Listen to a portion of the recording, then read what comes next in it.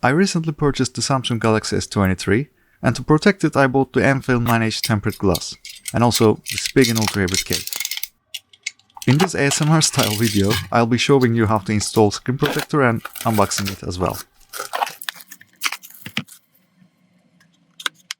There are many screen protectors on the market, but I specifically wanted a tempered glass that covers the full screen without disabling the fingerprint sensor.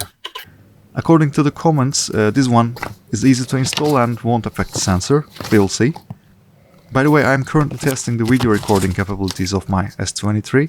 If you'd like to be notified when I release that video, make sure to turn on your notifications. Thanks. Unfortunately, the amFilm 9H tempered glass only comes in 2-pack, and I couldn't find a single pack option.